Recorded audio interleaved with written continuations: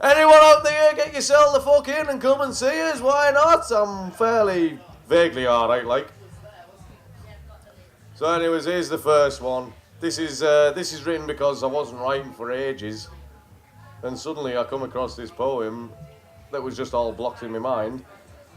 What are the chances in all the globe I'd happen upon a pen to write this poem on a day when the words flow free, a morning when my ears freeze?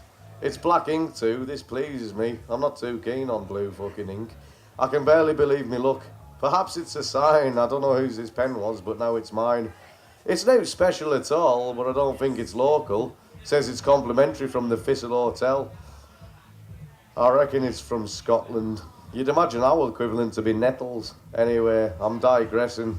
I don't want all this poem to be about this fucking pen. But then again, why'd I start writing when I said the words were flowing? I think I was lying. Perhaps I was lying. But it's nice to just be jotting stuff down. I thought my enthusiasm for this shit had waned. Poor had drowned. But I'm back on the horse. I owe silver and away.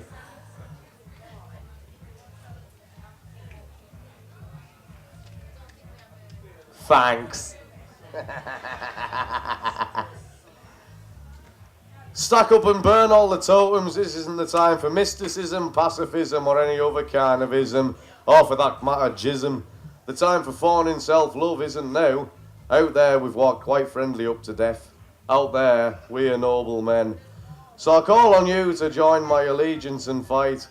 I call on you to defend what's right. Together we'll break class and win the war for the underdog. Out there, we walk quite friendly up to death. Out there, we are all noble men.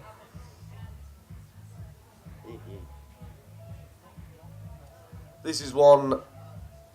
I thought I was having like some kind of incredible asthma attack. Turned out I was just really bored, I think. Bye. Hooray, thank fuck, now I can breathe easily, but an overdose of Ventlin's running amok in my bloodstream.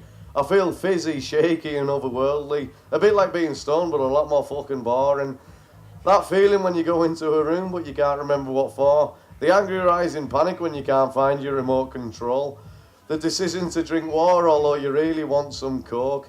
Trying to finish your sentence while you're eating, even though you might fucking choke.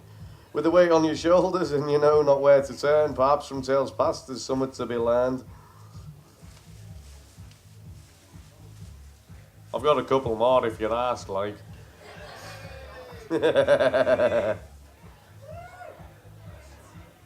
Oh, this one seems a bit serious now that I read it through myself. I ambled across a desert of dreams, far beyond the sirens of reality, across the plain, a distance from the fucked up, speeded, junked and pissed up ones, towards a better place, daring to leave this fetid scene, curious of fortune and what it would bring, out of the lowlights, away from the lowlives, to an existence free from shackles, to a burden-free utopia. Utopia. Fucking hell, eh? A chance to down tools and run amok, similar to this life, but not... I really dream of not having to work, to live on a high at my own pace, to never set an alarm clock a fucking gain. I'm a man of simple dreams.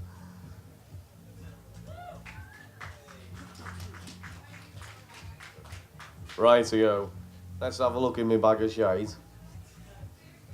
See what I've got for you in here. I'll give you a quick one while I'm just fucking ambling about. I remember you from days of school, you spat on the ground I walked on, so why in God's cream tits and name would I be your friend on Facebook? You shan't add me as a trinket to your growing pile of twats. I don't want to hear of your benefit wars nor the milk teeth of your brats.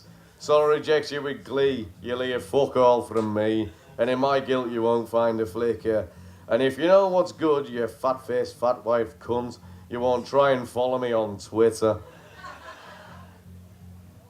Now then, I still haven't found this fucking poem I'm after, so I'm just going to read this one for you. After a Channel 4 documentary and much searching of the soul, I've decided I'll become a have-a-go hero. We shouldn't stand by idly while people take what's ours. We should walk tall in our streets and protect our fellow man. I'm tired of being frightened by gangs of Roman youths who should be strung up in the town centre and pelted with stones. But no, people want to people want to rehabilitate these creatures. Okay, then 5 hours tethered in the North Sea should teach them. It would relieve our crowded prison system too. I'm only saying all this because Brown doesn't have a clue. You can tell this is fucking old, can't you? My imagination needs repaired. I cannot write, I'm frail and scared. Reduced to rhymes like that one there. What's happened to all my fucking flair? It's just stood still, stopped growing like my hair. I dream of the screeds of yesteryear, off like a rocket without a care. But when I search my mind, the cupboards are bare. It's as if I must rely on extremes of emotion to push me through the barrier. When once it just flowed, I never had to wrangle this shit. It could just come out. This is my shortest poem yet, and it doesn't even have a fucking ending. I do reckon for now, I'm going to be on later on, like, hopefully, Tavis are going to let us introduce them and all that kind of shit, like. So, fingers crossed I'll be on later on. But if you were wondering about the old M baseball court, it was designed specifically for me by it's a fella called Mark Pree, or as he likes to be known, Primark. I imagine it stands for Michigan or something, but I reckon it stands for Mill. Thanks for coming down and keeping the fucking scene alive. I shall see you soon. Good night now.